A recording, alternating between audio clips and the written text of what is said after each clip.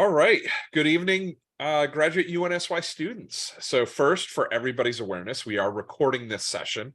A copy is going to be made available for those who are unable to attend live.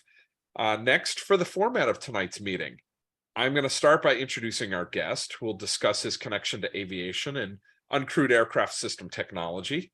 Afterwards, I'm going to lead a series of introductory questions, and then we will open up the floor to a class-wide Q&A. I do ask that you all mute your mics, save any questions to the end, and that you use the hand raise icon to indicate when you do have a question. I'll call on you in order if and when possible.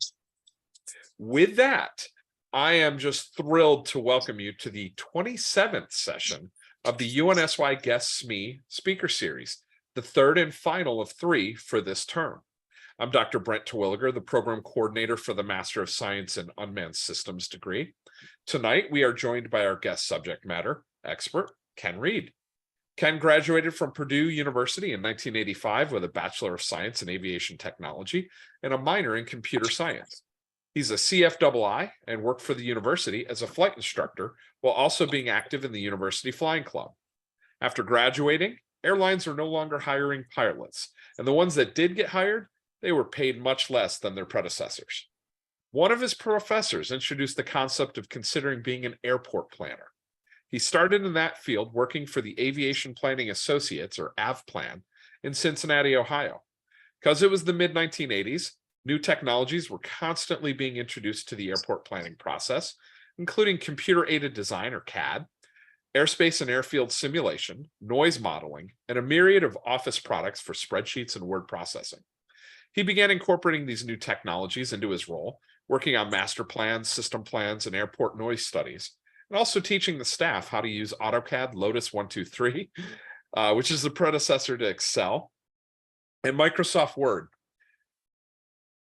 Fast forward to the last few years, he began focusing efforts on urban air mobility, infrastructure needs, and vertiport computer modeling. Modeling efforts have highlighted the need for additional air vehicle parking at vertiports and aircraft charging facility requirements. As a senior vertiport integrator at Skyway, Ken is leading efforts to create the low-altitude traffic management tools that will provide services to vertiports and the UAM, or urban air mobility communities, in the future. And with that, let's give a warm welcome to Ken. I'm going to turn the stage over so he can tell us about vertiports and what Skyway is doing in this really innovative and emerging area. Thank you, Professor. I'm getting some weird feedback in the audio. I don't know if everybody's not muted or not, but it seems better at the moment. So I appreciate the introduction. It's a little weird to hear your life story told by somebody else. But basically, I'm an airport planner, been an airport planner for 30 years, and I specialize in computer simulations of airports. And for the last 2 years, I have added vertiports to that list. And Skyway is the company I work for. We're currently making the traffic management tools for urban air mobility, vehicles, drones, et cetera. And I am the vertiport integrator. So I'm the guy who has to understand the way vertiports are being planned today, adjust our en route system so that aircraft traveling to a vertiport or between 2 vertiports, it's not a straight line. So if you look at maybe a tweet that Boeing or Whisk or somebody had done showing this urban air mobility route from Chicago to a vertiport near downtown, it kind of came out and was sort of a straight line, and it's not realistic. That vertiport, while it is one point where aircraft land vertically, also has approach and departure surfaces that are 4,000 feet long. So really it is 2 transition points that are 8,000 feet apart that these aircraft have to navigate to. And whether they're arriving or departing depends on the wind direction that the vertiport is currently operating under. I'm going to run through a lot of that you just heard again, just to discuss that process and how it came to be and where we're at today.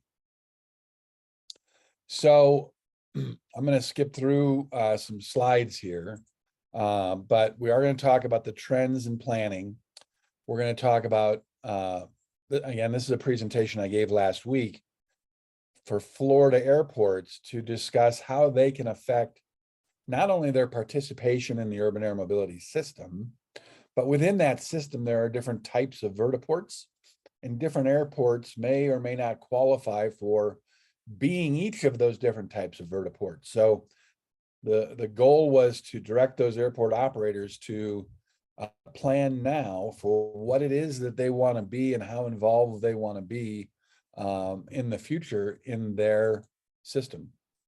Now, vertiports are just like airports, only the runways are very short. That's a very simple description. But they do have on-demand air taxi service. So imagine it's more like Uber than it is American Airlines. American Airlines, you're going to make a reservation on the computer. You're going to show up at an exact time. That flight's going to be scheduled to go at an exact time. We all know we have to be at the airport an hour early, et cetera. But with urban air mobility, you literally might walk into the building, pull out the app on your phone and say, I want to go to this other vertiport. And your phone app is going to tell you a vehicle will be there in 6 minutes or 10 minutes or whatever it is. This is what your cost is going to be. It's just going to be like Uber. Now, I'm planning the ultimate system, which means 20 years in the future and fully autonomous. There's clearly going to be steps along the way where these vehicles are certified as airworthy. They're going to be piloted. The pilot is going to be talking to tower controllers using radios and the normal nav aids that we have now. But that's not the goal. The goal is fully autonomous vehicles, meaning no pilot on board. You will get in the vehicle. It will automatically taxi to wherever it needs to go, to the area where it's going to take off, and it's going to take you to your destination, and you're going to get out, and that's literally going to be like that. So that's what we're planning for. The other thing that's different is 99% of these new aircraft types are electric.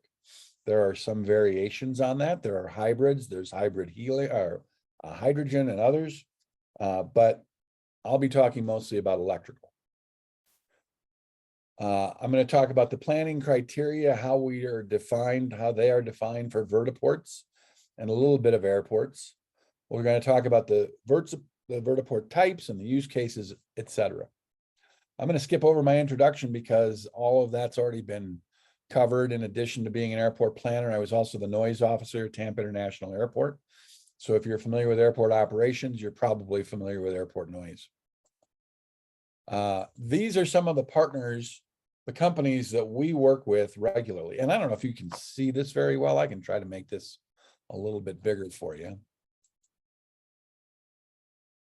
Siemens works with us on electrical charging needs. They're probably the biggest partner that we work with. True Weather handles making sensors for weather that we would put at a vertiport, so you don't have to have somebody sitting in the tower looking out and telling you visibility is 3 miles or cloud ceiling is this or that. So those are all companies that we work with. Now, why is infrastructure needed? First, these aircraft are going to be certified in the next couple of years. They're going to be certified before the infrastructure gets built. And in fact, even if we, and I say we, I mean all of the planning firms in this country, if we were all working on vertiport plans today, the normal process would still probably have infrastructure being delivered after these aircraft get certified. And we're trying to avoid that. We're trying to get best practices set, standard layouts for vertiports, templates, so that we can streamline this process to help catch up on our infrastructure needs.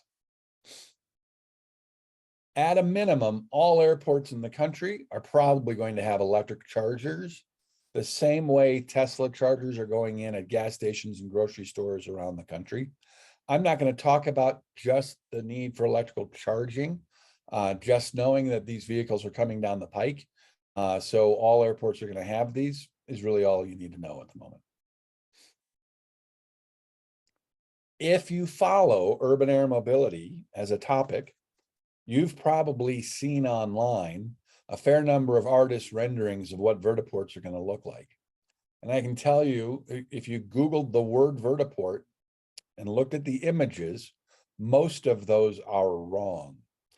And this is what the professor was talking about earlier. The simulation work that I've done, which I'm going to show you a little bit of in a little while, has identified that the aircraft parking is being grossly underestimated at these vertiports if you judge them based on the artist renderings or the PR put out by the companies that are claiming to develop vertiports. Nobody other than me has looked at the vertiport like an airport and an airport planner, looking at the capacity of each landing area, the FATO, the number of parking spots that you're going to need at each vertiport, the number of charging spots you're going to need, and all of that.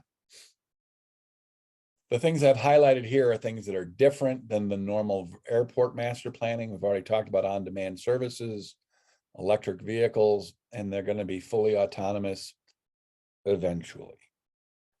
I say eventually because some of these vehicles are going to be approved before the autonomous systems are in place, and they will fly around the country and be operated just like regular general aviation aircraft today.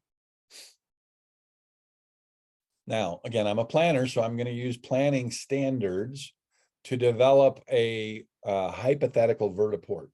And how did I do that? So I started this process in 2021, where I was using simulation tools I'd used for airports before, and I've helped the developers that made those programs to create new features that allow us to plan for vertiports. The old system could plan helicopter operations, but not very well. It wasn't based on a system that allowed aircraft to literally stop and land and take off vertically. So we've got that. That's a program called AirTop, developed with Transoft. I started doing that simulation in 2021. Talking to industry experts, I was looking for standards which didn't exist at the time or were out of date. And the first thing I was told is that the vertiport design standards, or the advisory circular for vertiports, is probably going to follow very closely the heliport design standards for transport category helicopters. So if you were to Google advisory circulars from the FAA website, you would find that there are advisory circulars for tons of things, pavement types and lighting types and striping and everything in the world. We have advisory circulars for airports, we have them for heliports, and now we are developing them for vertiports. Now, at the time I started, there was nothing.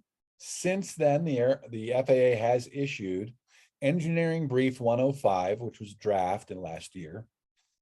And that is a beginning, it is a starting point for the advisory circular for vertiports.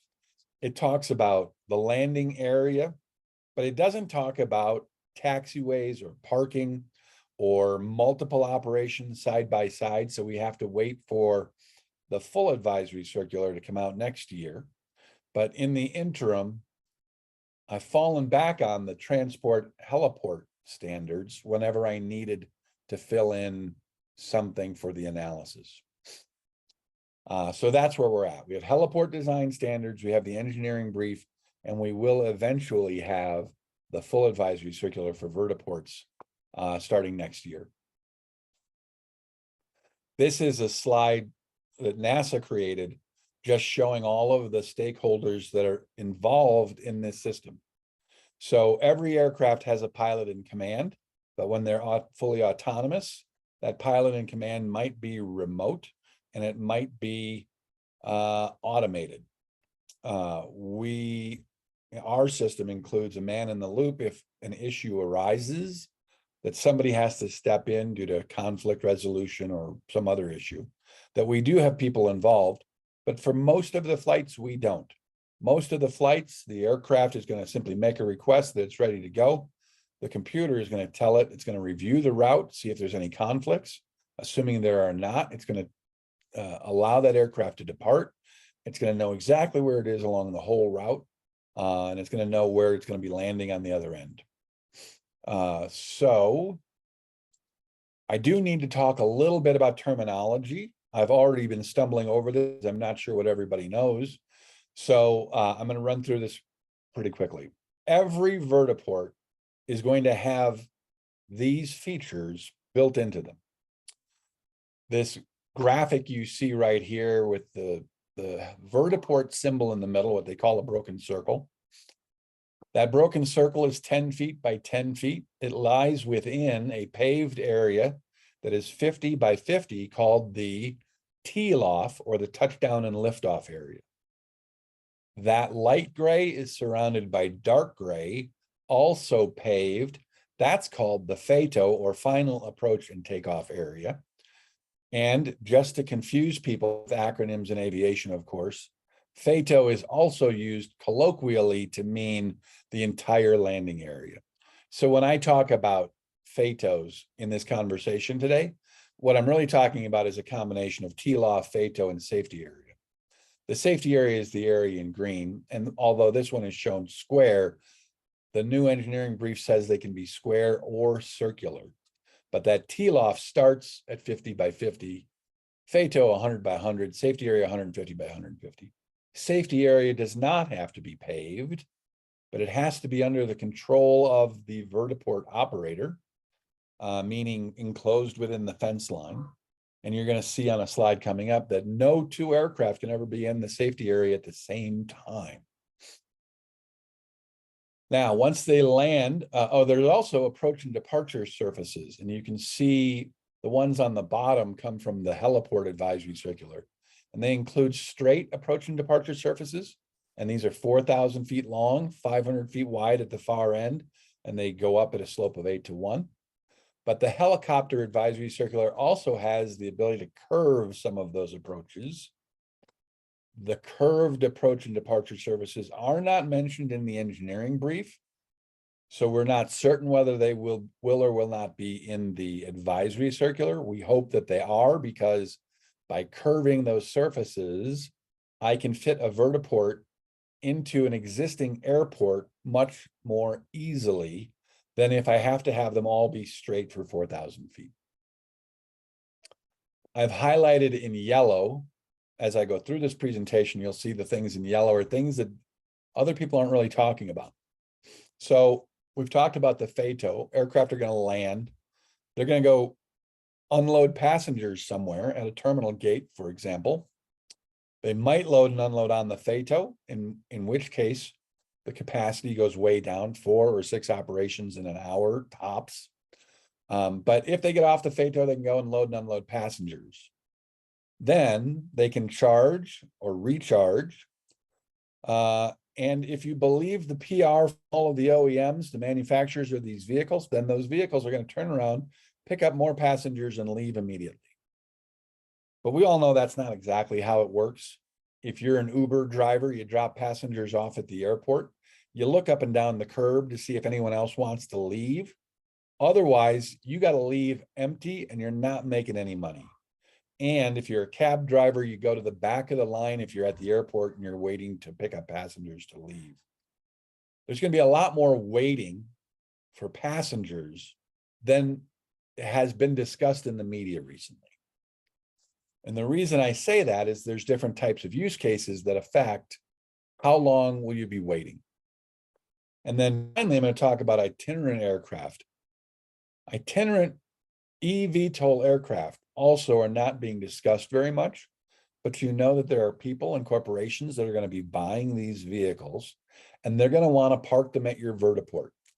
So when you're planning a vertiport, you're going to plan for the airlines that are going to use it.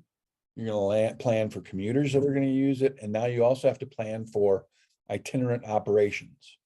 And if your vertiport is at an existing airport, you should probably start planning for some of your existing fixed wing and helicopter operations to convert over to eVTOL electric operations, because these vehicles are going to be replacing the existing fleet very quickly, because the benefits are great. One of them is, the pollution, of course, lack of pollution. They're electrical. So They are very simple to operate. You don't even need to put oil in them. And the electrical costs are much lower than the existing fuel costs. So these aircraft, when they are approved, are going to, I think, be very popular, and you're going to see a lot of eVTOL aircraft appearing where perhaps they weren't expected before. Also, not every vertiport, some vertiports are going to have maintenance areas, taxiways, taxi lanes, all of that. Not very sexy, not talked about very often, but that's certainly going to be the case. In the engineering brief that the FAA has issued, this is the only page in the entire engineering brief that talks about vertiports being located at airports and how close you can put them to an existing runway. And if it's a heavy airplane runway, then you can get within 700, or you cannot get closer than 700 feet. Large airplanes, 12.5 to 300,000 pounds, the number is 500 feet, and small airplanes, it's 300 feet. So you start to get the idea of how close you can be. I wouldn't be surprised, however, if some of these standards didn't change. Now, let's talk about the different types of vertiports. Again, everybody talks about vertiports as if it's just one thing, and they're really not. There are different sizes and flavors. The smallest possible vertiport is what we call a vertistop. I give the example all the time that in the community where I live, there's a couple of tennis courts. They could, in theory, tear those tennis courts out and put in a landing FATO, and boom, I have a vertistop in my neighborhood. They're actually a little bit bigger than that, but you get the idea.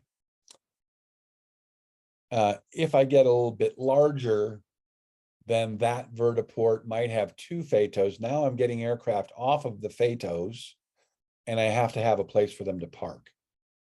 If I assume that they're going to spend about 10 minutes either loading or unloading passengers, I'm actually assuming less. I think I'm using 5 minutes for loading, 3 minutes for unloading, on the assumption that some kid, one of you guys, is going to stick your head in the cabin of this vehicle and tell me to buckle my seatbelt.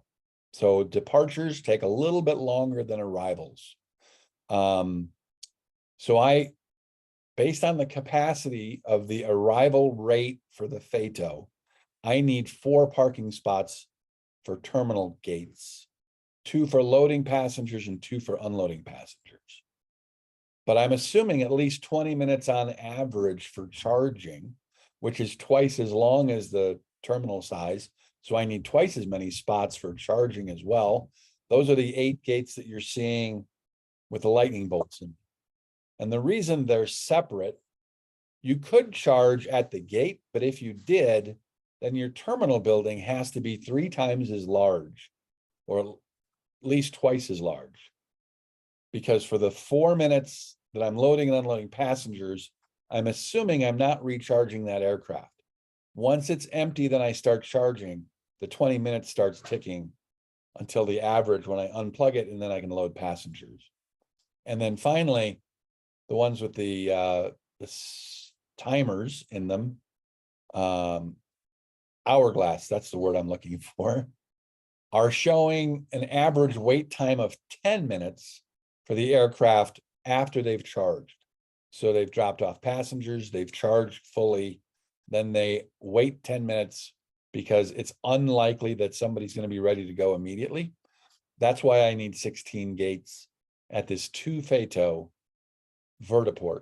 And I say 2 FATO, but really what I mean is 1 arrival FATO, 1 departure FATO. I can get bigger.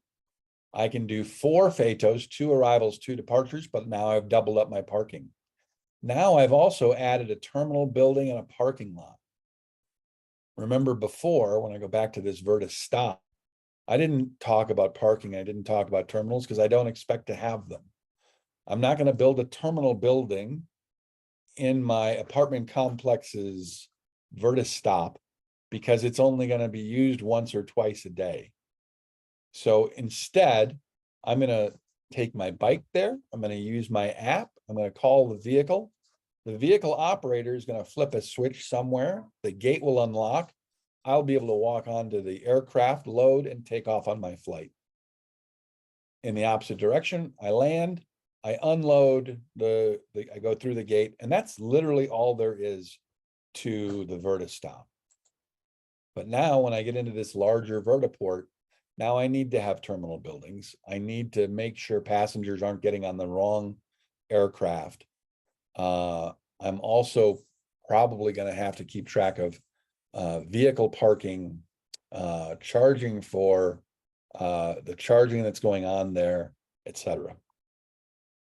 And then the largest one is what we call a vertihub. And a vertihub is a larger vertiport, multiple phaetos. This happens to be a circular layout. I'll show you why I made it that way in a few moments. But as you can tell, even more parking. And we'll talk about the amounts of that in a moment.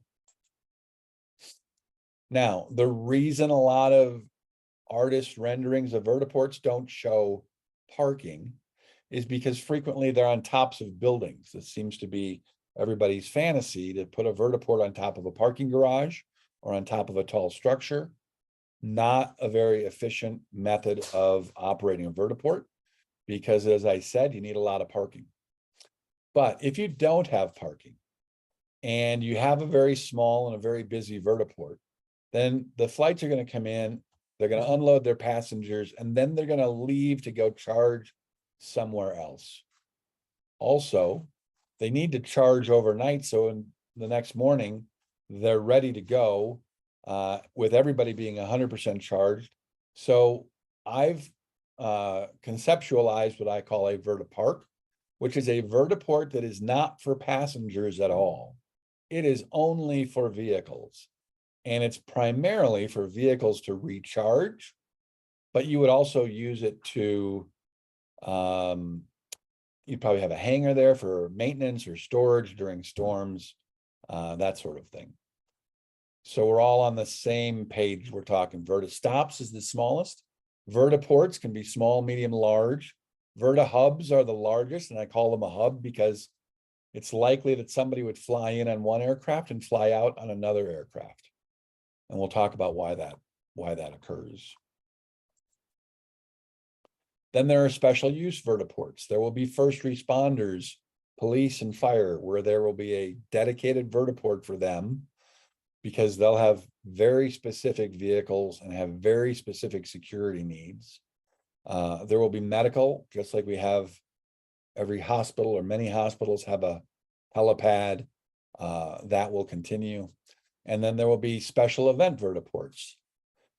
If you were to build a vertiport at Daytona, for example, near the raceway, you might need a lot of phaetos because you're going to have a lot of activity on race day, and the rest of the time, pretty much empty. So if you've ever been to Oshkosh for the air show in the summer, for example, you know that airport is very busy for those 2 weeks, but they're not building for those 2 weeks. You know, you land, you taxi off, you get put in the grass somewhere, things like that. So there are special types of vertiports in addition to the ones we've already talked about.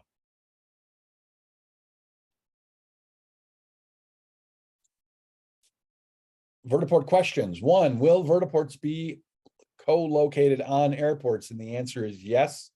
And here's how I know that that's the case. United Airlines has already ordered or pre-ordered 700 of these vehicles.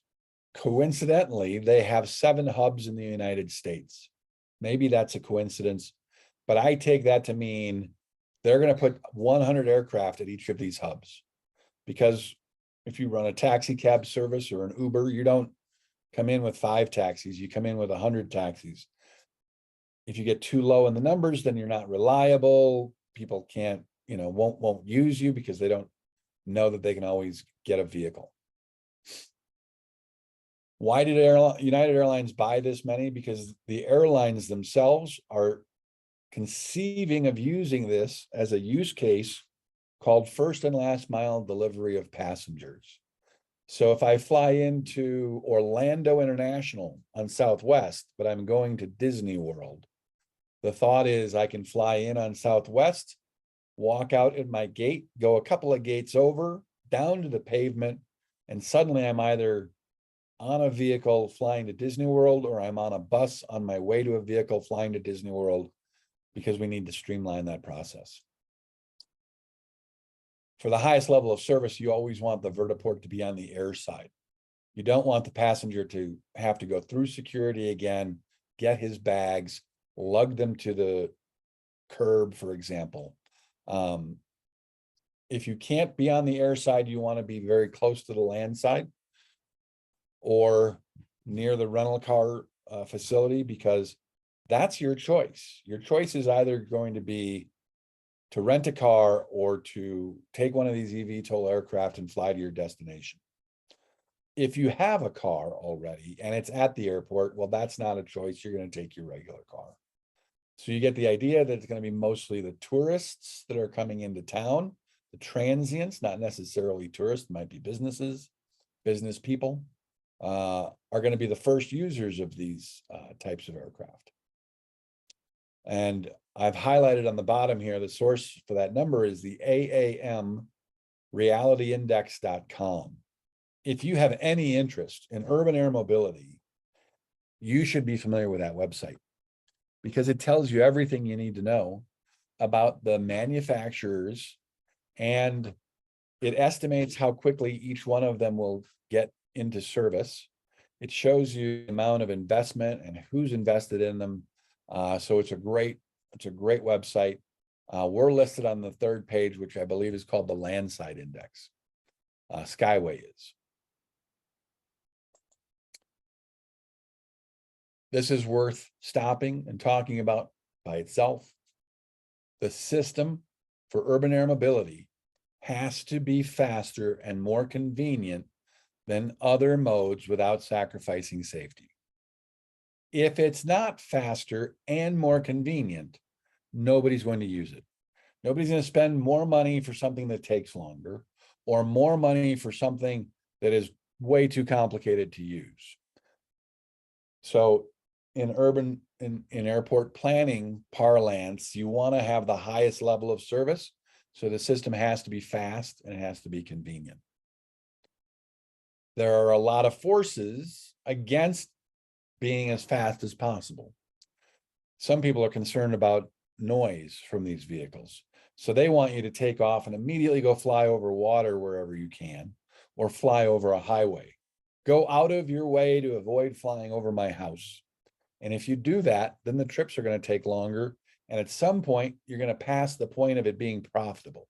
And once it's no longer profitable, then it's just going to die. If there were a test on this topic, that question would be on the test. Will vertiports put additional burdens on the existing air traffic control system? The answer is yes, at first. These piloted vehicles are going to operate just like general aviation vehicles. There's going to be radios. You're going to be calling the tower. You're going to be asking for permission to take off and land.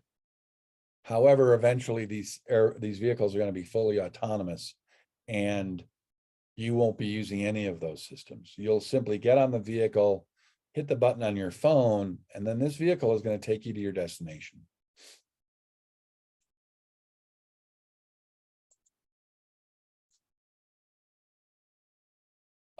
This is just the process that we'll use for approving and making that system autonomous. But this is the exception. When I say, even though it's fully autonomous, there's still going to be some link to the ATC system. And this is why. If I put a vertiport on Orlando International Airport, then I have to operate the vertiport in the same direction that the airport is operating. So if the airport is taking off and landing on the 3/6s to the north, then the vertiport has to operate in the same direction. If the tower switches the flow direction of the airport, then there has to be some communication with the vertiport.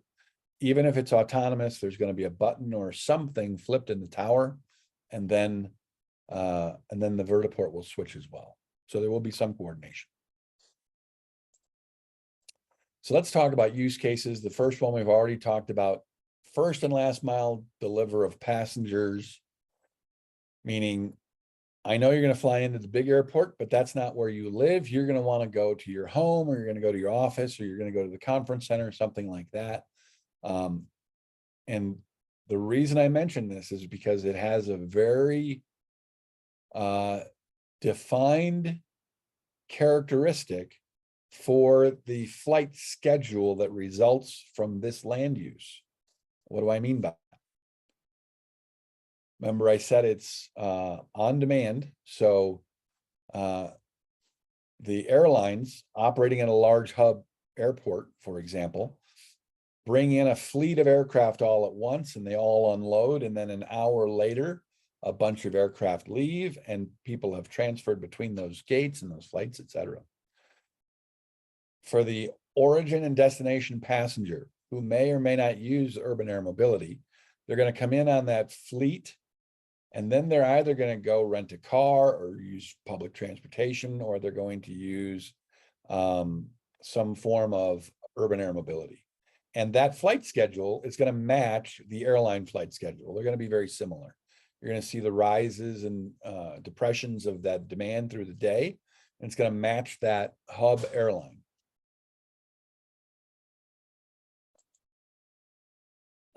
And feel free to use the raise my hand button if you have questions that you don't want me to keep going. Otherwise, we'll do all the questions at the end.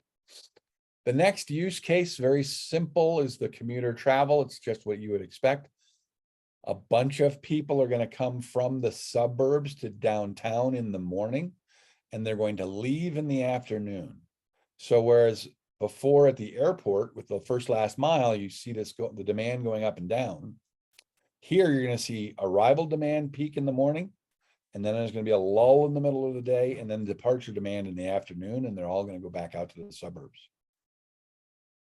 That means there's a lot of aircraft that are sitting empty waiting. And do you want them to be on your vertiport waiting, or are you going to kick them off the vertiport because you don't have parking space for them?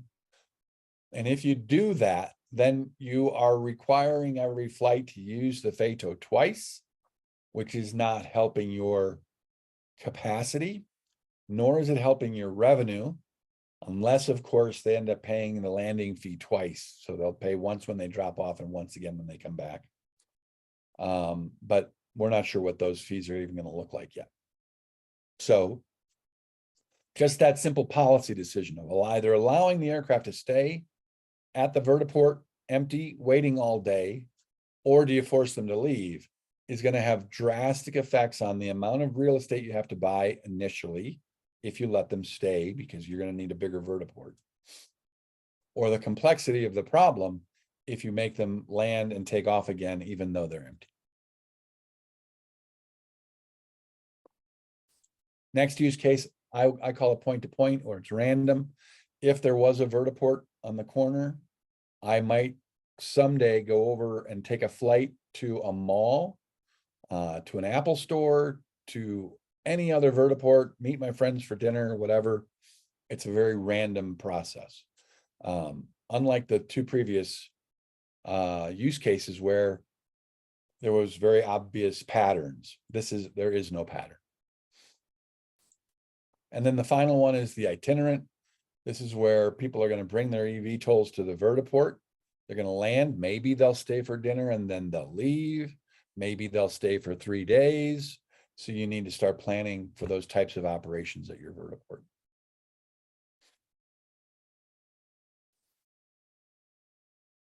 Vertipark, I talked about this earlier. It's that vertiport that has a bunch of parking spots for charging, but no passenger facilities. So why would I want to be a vertipark? So let's say I currently operate a general aviation airport, and I'm not very busy and I have plenty of real estate available. I could put vertipark facilities on my airport, but it only makes sense if my airport is the central area of this network of vertiports. And I have to meet all of those other standards, meaning I have time, I have space, I have interest. And if I am the vertipark, it kind of makes sense for my airport to become kind of the central spine of the entire network. And the vertiport management system might be based here as well, because this is where all of the aircraft are going to come every night and leave. You're going to be in close contact with all of the operators, et cetera. So it does make sense for some airports to want to be vertiparks. VertiHub, again, I need to be centrally located either in the center of the network of vertiports or ideally located between two communities where the distance between those two is too far for vehicles to fly on one charge. So they'll fly half the distance to your VertiHub. Passengers will move to the next flight over that's fully charged, next aircraft over, and that aircraft you came in on will go get charged either at the VertiPark or at the VertiHub, and then move on. And if you are both of those, a VertiPark and a VertiHub, then you're going to be an important part of the vertiport network in your community, in a way that the general aviation airport may or may not be now. And that's important because you'll be the first vertiport that will capture traffic. You'll have the best charging facilities because you'll be doing them overnight. You'll be able to sell electricity in bulk. And if you do truly have enough space, then put in a solar farm as well, so you're not relying on the existing grid, and you can keep your costs down. Vertiport simulation and capacity. This is how I got to where I'm at now, is that I started doing simulations of vertiports, and I simply based them off of a combination of the FAA standards if they existed, or the heliport standards when they were available. And the heliport standards do have this criteria for separation between FATOs, and it's 300 feet. So on this vertiport, I've got 5 FATOs for arriving aircraft, and I have on the south side or the bottom side of this exhibit, and I have 5 for departing aircraft. When I click that button, you can see these guys move around. They have 20-second tails on them. So this is what a busy vertiport is going to look like. I've got dual parallel taxiways between the FATOs. It is flippable. So if the wind shifts from the top to the bottom, I just flip the whole thing over. Nothing changes as far as pavement. Maybe some lighting might change, the pavement lighting, but it just keeps operating as a vertiport. So there's no downtime. Now, this is a frozen moment in that simulation where I used a turnaround time random value between 5 and 9 minutes. And I ran the simulation, and in addition to all of this parking, which is terminal parking, this is where they go and load and unload first. And I have additional parking over here and some on the right side for charging vehicles. As I change that variable from 5 to 9 minutes to 6 to 10 minutes, then the amount of space that I need goes up. So you can see that as the policies change, operating that vertiport, the infrastructure that you need is all going to change. That's kind of the point of that. And then this shows me how many parking spots I needed throughout the entire day. Every red dot is a potential parking spot, but the aircraft use them throughout the day. They always go to the closest one that's empty. And you can see that I think there's about 10 of them that it didn't use. So it used about 50 of the 60 terminal parking spots that I had for the day. I've mentioned some of this before. This layout is scalable, simple. You wouldn't build all 10 of those at first. You'd build that first column, maybe 2, one for arrivals, one for departures. Until more aircraft enter the fleet or the demand goes up, then you would expand to the right. So it's scalable. I'm simply simulating functional areas. So those 60 dots that I showed as parking spots for a terminal, that's not what my terminal would look like. I'm not going to just put a bunch of dots in the middle of an apron, because that's how you get people walking through propellers and having very bad days.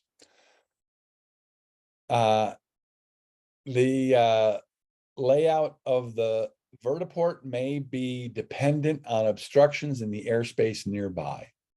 So if I have a vertiport near downtown and I'm surrounded on 3 sides by buildings, that's going to drastically affect the amount of facilities I can plan for vertiports. I mentioned it being flippable. The only problem with it is from a wind standpoint. That vertiport would be shut down if there were a direct crosswind from either the left or right that exceeded the crosswind value for the aircraft that is operating there. So there's a fix for that based on the roundabouts, which everybody hates in America, but they use them everywhere else. And that is a centralized road, a circular layout. Before I had 5 phatos for arrivals. Now I have 3 phatos for arrivals on the bottom of my exhibit and 3 phatos for departures on the top. But if the wind shifts and moves from coming from the north to coming from the west, then everything simply rotates.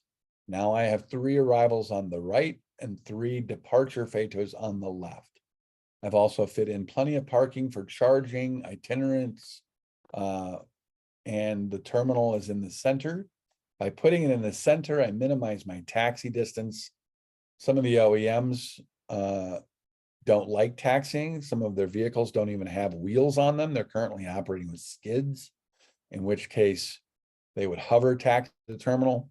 So it's issues like that that keep us trying to build the most optimum system. And again, I can animate this with 20-second tails on the back of each aircraft. The red dots in the middle are terminal gates, but they turn blue once they're allocated for a flight. So you can see this one that's blue next to my cursor is for this flight that's coming in right now. And he's going to turn left and he's going to go park there and unload his passengers.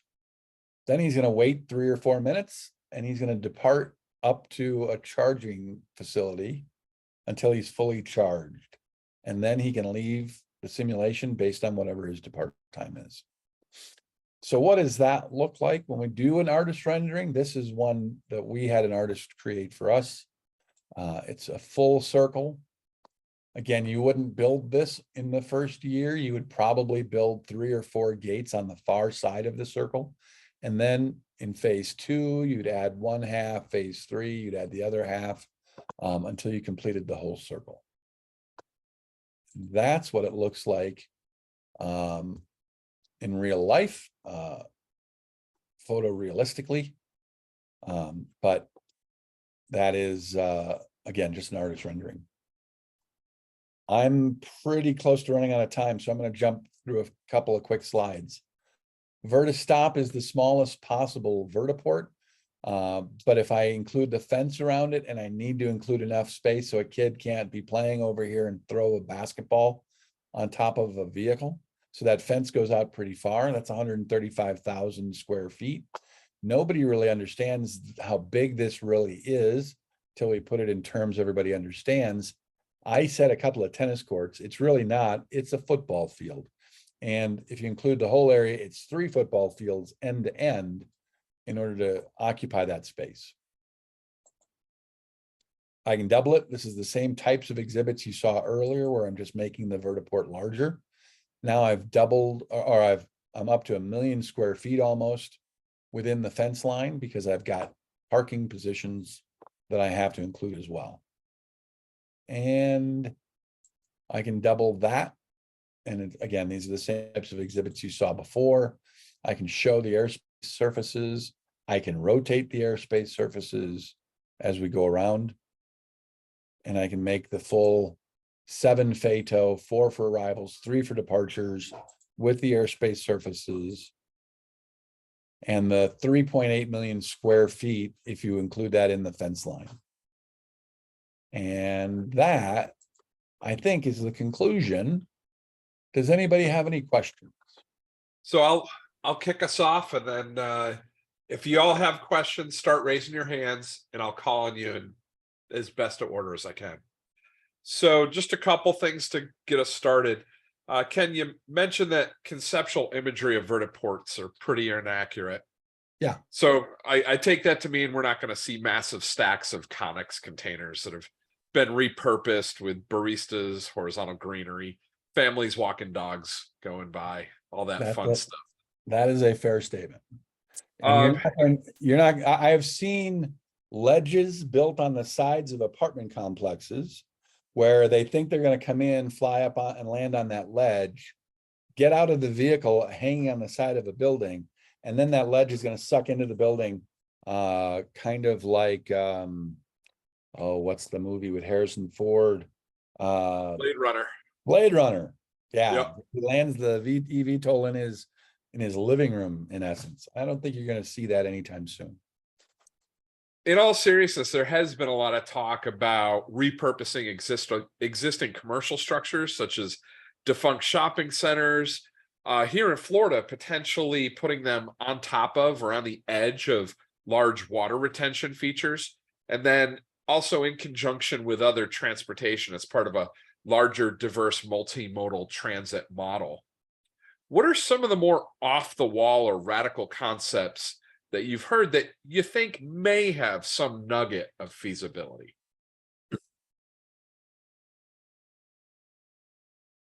Uh, here's one. The ability to make a vehicle kind of like I have a Air 2S DJI drone that I use for photography, and the arms fold up. You Okay. could make a life-size eVTOL that does the same thing and fits in the bed of a container truck or the inside a container. And that might seem crazy. Why would you do that? But if FEMA had 20 of these containers waiting near a railroad station for the next disaster, wherever it is, hurricane, earthquake, whatever, and they get those vehicles there very quickly, they open up the containers, literally fly them off of the platforms.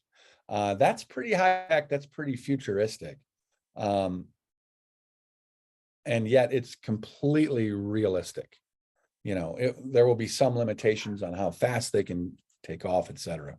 But I think that's pretty realistic. The other thing is floating vertiports on a river, on a lake, makes complete sense. But just like being on top of a building, anytime you limit yourself to how many vehicles can be on the vertiport at one time, then you've limited your capacity. And the same way I had the slide about safety and convenience and speed, here's another one. If your parking is full, then your vertiport is closed. So again, when you look at artist renderings and you see a circle with 3 phaetos in the middle and no way to get out of that circle, well, you've just created a vertiport with essentially, even though you have 3 phaetos, it has the capacity of 1 because they're too close together to operate independently. So it's easy to look at other designs and layouts and say that it seems like it could be realistic or it's completely out there. Okay. Regarding how we're going to pay for all this, how important will public-private partnerships versus completely private or completely publicly funded infrastructure be within this space? Can you kind of walk us through your thoughts on that? Sure. And I'm doing a presentation next week in Illinois. So I've got an exhibit that shows O'Hare, Midway, and Gary, for example, 3 air carrier airports. And then I've picked 7 or 8 destinations for first and last mile delivery use case. And always the first lowest hanging fruit is to put those vertiports at general aviation airports. And it's lowest hanging fruit for 2 reasons. Number one, the airport already handles aviation traffic. They're used to noise complaints. They're used to, they already have a security system in place. They have fencing and all of that. It's also conceivable that an air carrier airport, because let's say United operates there as a hub, needs to build vertiport infrastructure on the air carrier airport, but they also need those destinations built. And it's just easier for an airport to fund infrastructure at another airport. We do it already in that the reason they're called reliever airports is because wherever there's an air carrier airport that's busy, we don't want to have a bunch of corporate jets and Cessna 310s and even single engines on that airfield. So the air carrier airport is a funding source for the general aviation reliever airports. They help them finance the infrastructure that they need to relieve the air carrier airport. So for two reasons: one, they're already used to it, and two, it's not a big leap to imagine the funding source also being able to be connected. Now, I mean to say that there won't be privately developed vertiports. There are companies out there, Ferrovial, Skyports, others, who that's their bread and butter. They think they're going to go and build private vertiports at their expense, and then they're going to charge people to use them. And in the same way that they build toll roads, which is fine, it works. People use them if they're convenient, etc. But I don't think you're going to see the numbers anywhere near the same. Meaning the air carrier airport, I mean, Congress has already passed the omnibus spending bill last year with billions of dollars for just this sort of development. It is easy for them to put that money out to airports. It is very hard and controversial to push that money to a private developer. We don't like to see tax money being used by private developers, putting money in their pockets, etc. Again, I'm not saying it can't be done. I'm not saying it won't be done. I'm just thinking that you're going to see more of it being developed in the conventional airport manner than you're going to see private development. Outstanding. All right, I've got one last question, then I'm going to turn it over to the students in the class. This is more of a personal question. You employ a variety of tools to investigate and convey details of advanced aviation technology. Do you mind walking us through your process from ideation to long-term incorporation of new tools such as simulation or analysis software into your personal toolkit? How do you evaluate those tools? I'm grinning because the assumption of your question is that I had something to do with it. And in truth, I almost never did. I happened to be a kid who graduated college with a degree in aviation technology and a minor in computer science. And it was just natural for them to hand every technology to me first, because I had a general understanding of how computers worked and user interfaces, etc. And in fact, you do see a lot of similarities between AutoCAD and airport simulation, just the way you put in the taxiways and the runways. It's just logical. It just makes sense.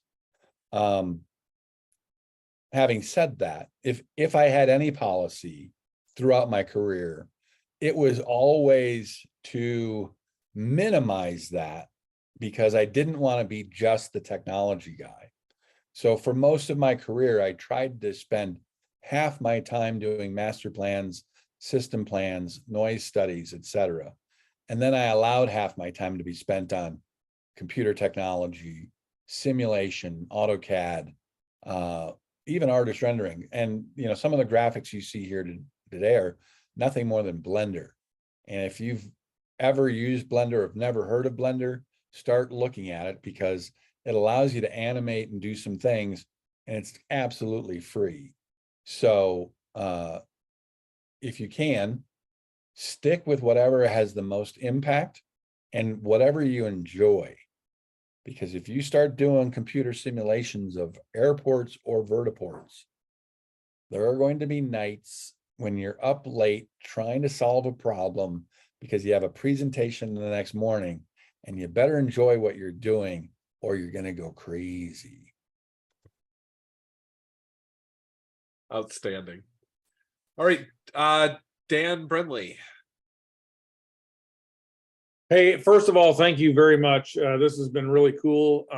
I'm in one of my last classes, and a lot of the things that I've looked at have been fully automated environments and stuff like that. So this was really, really cool to watch.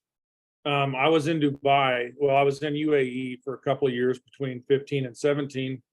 And I know that I follow it because they're go big or go home. That's just the way the sheikhs are there. Just to clarify, before you finish that, you said between 15 and 17. You don't sound like you're 21 years old, but maybe you mean from the ages of 15 to 17 you lived there, or No, from 2015 to 2017 you were working there. I'm always the old guy in my class. I had to dust off a lot of cobwebs to get back into my master's. So I just picked up a kid in middle school with a mustache. So, I mean, you know, who knows what everybody's doing nowadays. I'm not quite there. So anyways, I was there for work. I'm a Chinook helicopter guy. Okay. So I love vertical takeoff stuff. But I've continued to stay up with Dubai because they'll dump every bit of money they can into everything. Yes, they will. World records for the most Guinness Book of World Records. But anyway, I know that they have the Falcon that they're talking about from Palm Jumeirah. And I don't know if it's going to go to airports or stuff like that, but is that something that you've stayed up with? And I know they're projected for 2026, but my biggest question is what demographic is going to be able to afford this? Because in Dubai, the big ballers afford it, and most everyone else can't afford a lot of the things that they come up with. So like, is this something that and I know that there's no numbers probably behind any of this as far as cost and expected. There are. But there absolutely are. Is it going to be too expensive for the average person? Or are we shooting for upper middle class to high rollers? I'm old enough to remember buying a phone for my car and insisting that I would only use it in emergencies. And I paid a pretty penny every month, I think, to have a phone in my car. Now, I think half the people I pass on the sidewalk don't have one cell phone on them, they have two. They have a work phone and a personal phone. It's going to be like that. Certainly in the first year. Well, I think you're going to see with United, for example, when United's going to bring in 100 aircraft to Miami or Chicago or wherever, they may offer deeply discounted rates in order to build up the business. But I think it's still going to be 50 to 100 bucks, probably. Now, that's a pretty easy to support number. I mean, I'll be honest, coming from Denver, I paid 75 bucks to go from downtown to the airport. So I live in Denver. I pay, I think it's $30 a day to park at the airport. Yep. So if I'm going to be gone for 10 days, it makes sense for me to fly and spend $100 in each direction to go right to the airport.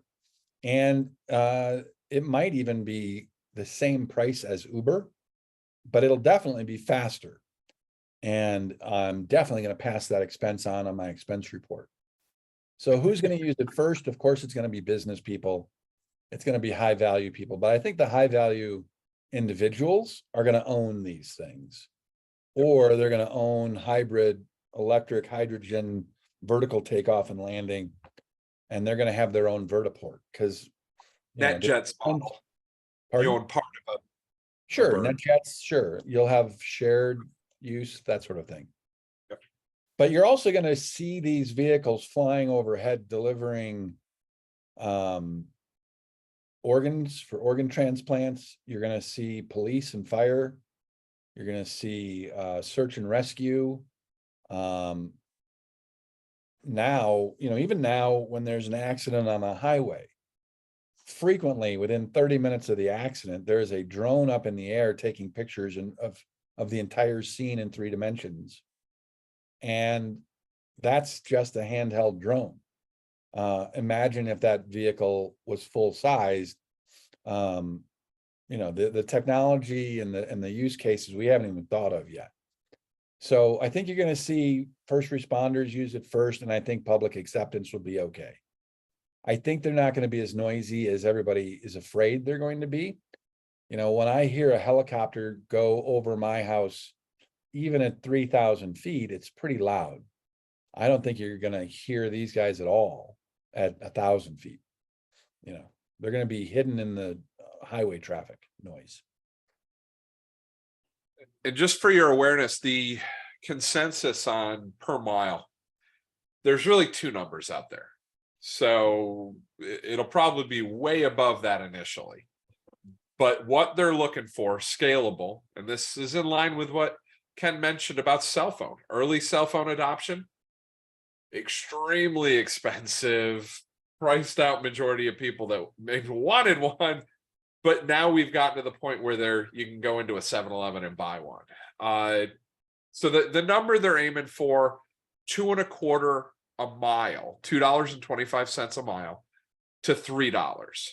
And that's what the folks from Joby and some of the others that are in this space, that's what the municipalities even are quoting. Tomorrow in the discussion, I'll drop in 3 references, one from Aviation Week and a couple others that are gonna kind of help you explore that a little closer. But no, I mean, it's all subject to change, but at least we do have a sweet spot we're aiming for. Because ultimately, if we don't have the finance for it, if it isn't something that the populace can afford, it's not going to really happen. And I mean, the financial on it being, more like biz jets, there's just not enough money in that. But if it's like Uber and you look at scalability, that's where the large scale business gains are going to be. Sorry, Kent. No, that's fine. I have kids yelling in the background. My apologies. The other thing I was going to say is don't believe everything you read. I saw a presentation last week, and these numbers came from Joby, and Joby is the #1 leading manufacturer expected to be certified first. And they said with 12 vertiports, they could serve 12,500 trips per day. Now think about that. 12,500, that's 25,000 operations, landings or takeoffs. If 90% of those operations occurred in the 16 busy hours of the day, and if 80% of the operations occurred at only 60% of the vertiports, which is the way that works, because you can't have a busy vertiport without having a less busy vertiport somewhere else. You end up with 140.6 ops per vertiport per hour per day or something. It gets pretty high pretty quick. And that means, based on the assumptions I've used for the arrival rates, that you're talking about 5 or 6 arrival FATOs alone. Now, I don't say that to tell you that I need to build bigger vertiports. I say that to tell you that Joby is grossly overestimating the frequency with which you're going to use their aircraft every day. And I believe I saw on their website, they're expecting 40 trips per day per aircraft on average. Well, you can't have a vehicle doing 40 trips a day. You can't have a fleet of vehicles doing 40 trips per day. You might have 1 or 2 doing 40 trips a day between a very popular route. But that means you've got a couple of vehicles that are dedicated to less popular routes. They're going to be nowhere near 40. So in order to keep that average at 40, that 40 has to be 60 or 80. And it's unreasonable to think that they're going to get anywhere near that kind of return on those aircraft. We just have to be more realistic in our understanding. True. I'm not sure who a Zoom user is, but please feel free to go ahead, unmute and ask your question. Sorry, Professor. I'm not one of those old guys, but I still haven't figured out how to change my name on Zoom on the iPhone. But my question is, so I go to Japan every year for the International Drone Conference, and I visit my wife's family because she's from there. One of the things that I really despise when I go over there is the traffic, especially on those trains. And I'm coming out of LA, so that's pretty bad coming from me saying. So how plausible is it that you guys will go international with this? and give it as a, provide an alternative option for people internationally to use this as a method of transportation. So we don't have to all get crammed in by the Japanese police in those trains, or, any other country for that matter. I don't think those are police jamming you in there. I think that's just volunteers that like to push people. Probably. And the answer is we're international already. So we get approached from other countries all the time. In fact, on Monday, I'm giving a presentation to a Korean group.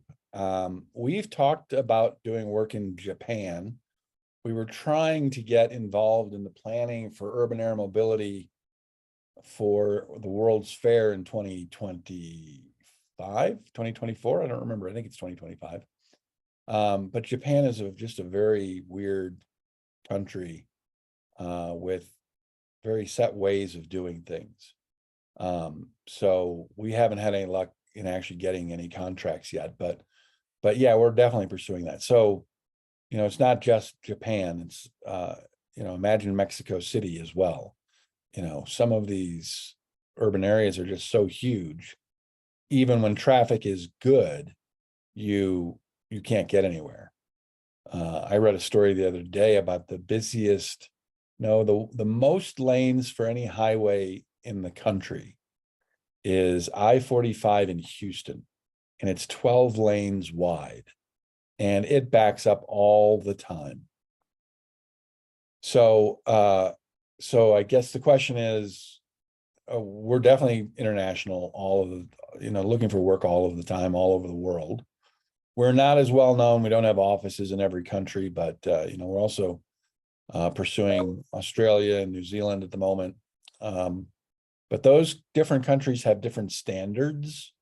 So I can adapt the simulations I've done to those new standards.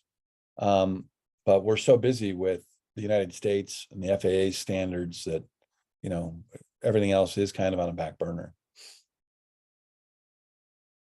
Got it. Thank you, sir. Sure. Excellent. Any other questions from the class? Going once, going twice. All right. Well, I want to thank everybody for joining us tonight, as well as just a major thank you to Ken for sharing his perspective and thoughts regarding this technology. This has been just such an informative session, and it really helps us to better understand the growth and advancement of both advanced air mobility and UAS technologies as well. Remember, to receive credit for participating in this week's session, you need to just put together a real brief write-up of in response to the Module 9, I think option B discussion. It's just identifying that you're in attendance and describing how the knowledge gained from tonight's discussion can help you with understanding future advancements in the field. I should have a recording from this session, as well as just a few related material links uploaded to the discussion area in the instructor corner by tomorrow. So with that, thank you, everybody. I really do appreciate it. Thank you for having me.